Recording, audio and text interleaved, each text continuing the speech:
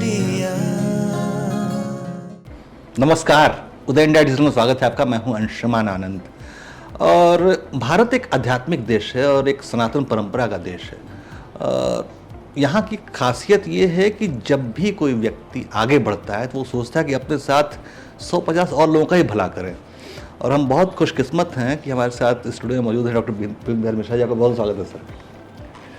अपने दर्शकों को परिचय करा दूं कि डॉक्टर विपिन बिहारी मिश्रा जी जो हैं वो उन्होंने देश की सशस्त्र सेनाओं को भी अपनी सेवाएं दी हैं। 15 साल उन्होंने नेवी में काम किया है और अब वो मुंबई में बहुत सारे सामाजिक सरोकार के काम कर रहे हैं। इसमें कैंसर पेशेंट्स के लिए शेल्टर बनवाना, कैंसर अवेयरनेस करना, पर्यावरण को सुधारने के लिए पेड़ पौधे लगाना और इस तरह के बहुत सारे काम वो कर रहे हैं।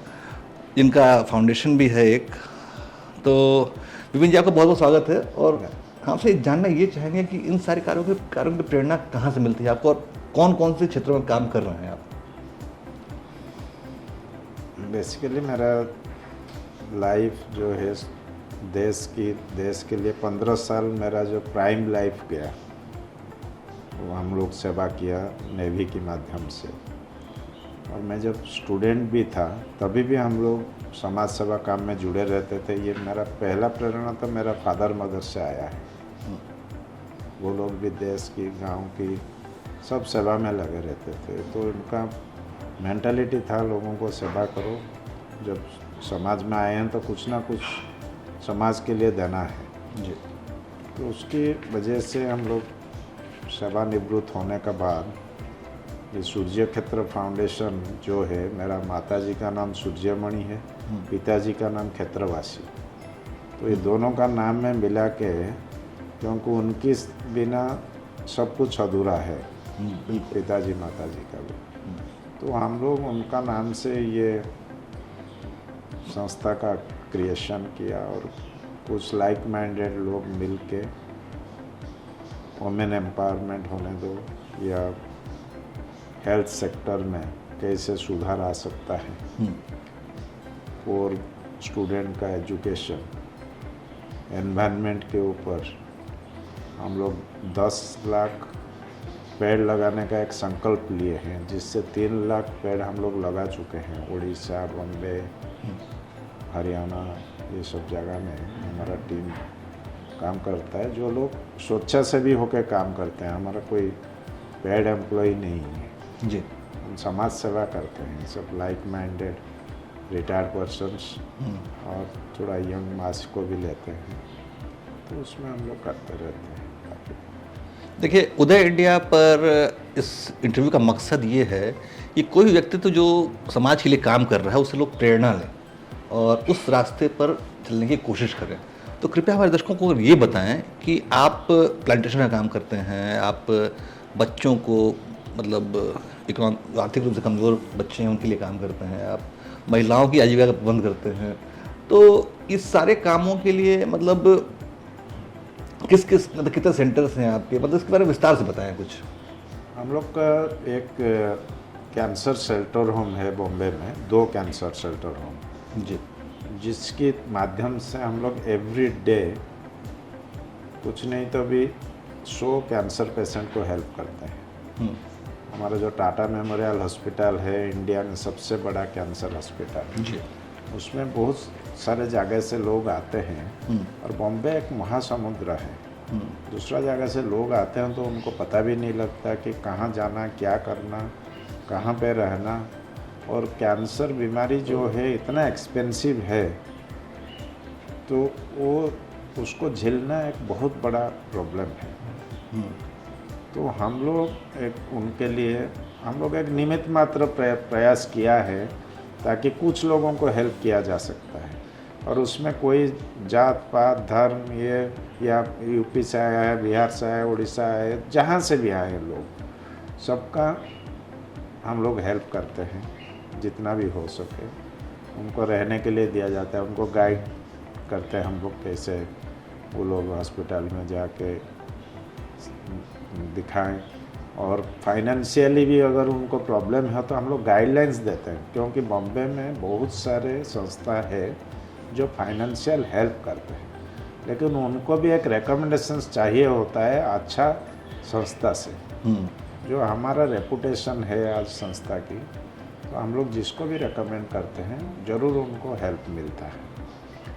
तो उनके लिए हम लोग एक HPCL ने हमको एक बस दिया है उनको मूवमेंट करने के लिए, आना जाना करने के लिए, और बाकी जो उनको गाइडेंस है या उनका रजिस्ट्रेशन करना, जो कुछ करना है, मेरा वाइफ डॉक्टर सुकांति मिश्रा जो मदर टेरेसा अवार्डी भी हैं, उन्होंने इसमें लगे रहते हैं लोगों को हेल्प करने के लिए। बाकी हमारा उड़ीसा में 2 कैंसर कंप्यूटर ट्रेनिंग सेंटर है for womens, only for womens. तो लोग सोचते हैं कि गांव का औरत कंप्यूटर क्या पढ़ेंगे, लेकिन कोई आएगा तो वो देख सकता है और उसको रियलाइज़ कर सकता है। अभी जो मैरिड वुमेन हैं, जो यंग लड़की हैं, जिनको रियली मिलता है, जो ट्राइबल बेल्ट है, फाइनेंशियली बैकग्राउंड का होते हैं, हम लोग उनको ट्रेनिंग देते हैं। पिछली 7 साल से हम लोग ये एक ट्राइबल एरिया केउंझर डिस्ट्रिक्ट है, ट्राइबल बेल्ट एरिया उड़ीसा में केउंझर, उड़ीसा में केउंझर में, तो उसमें किए हुए हैं और आज 100 लेडीज़ उसका फ़ायदा ले रहे हैं। वो मेरा बेटी कैप्टन सेल्वी मिश्रा ने खुद एक महिला होते हुए आज सक्सेस लिया, तो उसका भी यही चिंताधारा है कि मैं भी बहुत सारे अनप्रिविलेज लेडीज़ को और जो लोग आगे आना चाहते हैं उनको आगे लाऊं। तो उन्होंने कोशिश करके ये कंप्यूटर सेंटर बनाए हुए हैं सूर्य फित्र फाउंडेशन के थ्रू से, और 8-10 टेलरिंग क्लासेस जो एक मोटिवेट करता है वुमेन्स को। मेरे ख्याल में आज तक 1000 से ज़्यादा लेडीज़ इसका फ़ायदा ले चुके हैं। और खाली हम उनको ट्रेनिंग नहीं देते हैं, ट्रेनिंग का साथ साथ कैसे उनका थोड़ा रोजगार होगा, सेल्फ एम्प्लॉयमेंट, उसका ये बहुत बड़ी बात है कि इस देश में जितनी बड़ी आबादी को रोजगार उपलब्ध कराना। वैसे आपकी बातें सुनकर मुझे एक शेर याद आता है, मैं दर्शकों से कहना चाहूँगा कि मैं अकेला चला था जानिब मंजिल मगर लोग मिलते गए और कारवां बनता गया। यानी आपने अकेले शुरुआत की और आपके साथ HPCL जुड़ा और बहुत सारी संस्थाएं जुड़ी और आपका एक कारवां, लंबा कारवां बन गया है। तो लगभग कितने लोगों की टीम है आपके पास जो लोग इस पर काम करते हैं? हमारा जो भी हैं सब स्वेच्छा से भी हैं। ऐसे ऑफिशियली कुछ लोग हैं ऑन रोल में, बट मैक्सिमम करके हमारा स्वेच्छा से भी हैं। हमारा जैसे भाईजाग में भी ब्रांच है, हमारा वो हरियाणा में है, करनाल में, और उड़ीसा में है, ऑलमोस्ट ऑल मैक्सिमम डिस्ट्रिक्ट में है, और बॉम्बे में है, महाराष्ट्र का दूसरा प्रांत में भी है। तो सब लोग इसमें इसीलिए जुड़े रहते हैं क्योंकि हम लोग निस्वार्थ पर भाव, सेवा मनोभाव में ये काम करते हैं। ना किसी को फोर्सिबिलिटी है, ना कोई बाध्य बाधकता नहीं है जी। लोगों को आह्वान दिया जाता है कि आपका जो समय है, थोड़ा कीमती समय से थोड़ा टाइम समाज के लिए देंगे जी। तो कुछ लोगों का भलाई हो सकता है और समाज का भलाई हो सकता है। तो आज आपको जैसे मालूम होगा, फ्यूचर में हमारा जो फ्यूचर जनरेशन आ रहा है उनको पानी मिलना मुश्किल हो जाएगा। हम तो अभी बल्कि ये फ्यूचर जनरेशन की बात कर रहे हैं। बेंगलोर में भी बुरी हालत है। बेंगलोर में अभी से वो शुरू हो चुका है। तो हम लोग अभी एवरी डे एक कैंपेन चला रहे हैं, सेव वाटर कैंपेन। लोग सोचते हैं हम थोड़ा सा बचाएंगे तो क्या होगा, नहीं, उसका दूसरा उपाय है। हम लोगों को एक्सपर्टीज लेके अवेयरनेस कैंप कराते हैं हर जगह में, how to save the water, water conservation के ऊपर। और काफ़ी सेमिनार भी करते हैं, नेशनल सेमिनार्स करते हैं। बिल्कुल। तो ये टाइम टू टाइम हमारा प्रयास चालू रहता है। कहा जाता है ना कि बूंद बूंद से घड़ा भरता है, एवरी ड्रॉप काउंट्स। तो डॉक्टर साहब ने थोड़ा थोड़ा पानी बचाने का फैसला किया है और एक बड़ा बदलाव लाएगा ये। वैसे कहा जाता है कि जो आने वाली समय की समस्या, जो गंभीर समस्या है, वो पेयजल की है, शुद्ध जल की समस्या है। तो अवेयरनेस कैंपेन में आप क्या क्या सिखाते हैं, कृपया दर्शकों को बताएं, ताकि वो लोग जो हज़ारों लोग आपको देख रहे हैं वो भी उसका फ़ायदा उठाएं, वो उस स्टेप्स को फॉलो करें। हम लोग एक अनोखा मुहिम हाथ में लिया है। आप देखे होंगे बहुत सारे रास्ते में नल ऐसे ही, किसी का पाइप टूटा है, किसी का खुला हुआ है, किसी का घर का पास में वो रिपेयर नहीं करते हैं, चलता रहता है। लीकेज हो हमारा रहा है। एक टीम जाता है स्वतंत्र। हम लोग ये उड़ीसा से शुरू किए हैं, भुवनेश्वर का कुछ एरिया से पहले, एग्जाम्पल की तरह। तो हम खुद एक मिस्त्री को लेके जाते हैं साथ में विथ इक्विपमेंट, और हमारा टीम जाता है साथ में। उसका भी आप देख सकते हैं, उसमें हम लोग जो करते हैं उसको सोशल मीडिया में भी डालते हैं।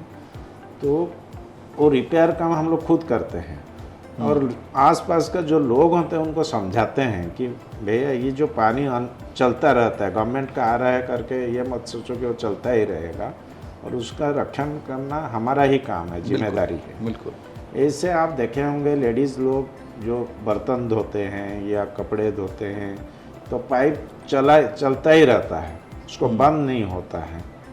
तो हम लोग उनको भी अवेयरनेस करते हैं कि घर में कैसे कम से कम पानी में आप यूज करें और पानी का बचत करें। तो हम लोग जैसे 100 आदमी को अवेयरनेस की है, हम उनको प्रार्थना करते हैं कि आप हर जगह में 10 आदमी को इसका लेसन सिखाइए, ताकि ऐसे ऐसे करते करते देश में जागरूकता बढ़ते जाएगा। हमारा मेन मोटो वही है कि लोगों को इसका शिक्षा देना जरूरी है। बिल्कुल। तो उसी से ही ये चेंजेस आ सकता है। तो डॉक्टर साहब, आप जो कदम उठा रहे हैं, जो काम आप कर रहे हैं, उसमें यूएनओ का बहुत बड़ा वो है, कैंपेन है, जो कि वो भी पानी बचाने के लिए बहुत आप ऐसे ही काम कर रही है वो भी। तो आपको इन अंतर्राष्ट्रीय संस्थाओं से, सरकार से कोई मदद मिलती है या नहीं मिलती है? हम लोग अभी कोशिश नहीं किया मदद के लिए, लेकिन हम लोग करते रहते हैं। ये हर जगह में इंटरनेशनल समिट करते रहते हैं। भुवनेश्वर हुआ, बॉम्बे हो गया, दिल्ली हो गया, हर जगह में, और या कोई गांव में भी जाके अभी कर रहे हैं।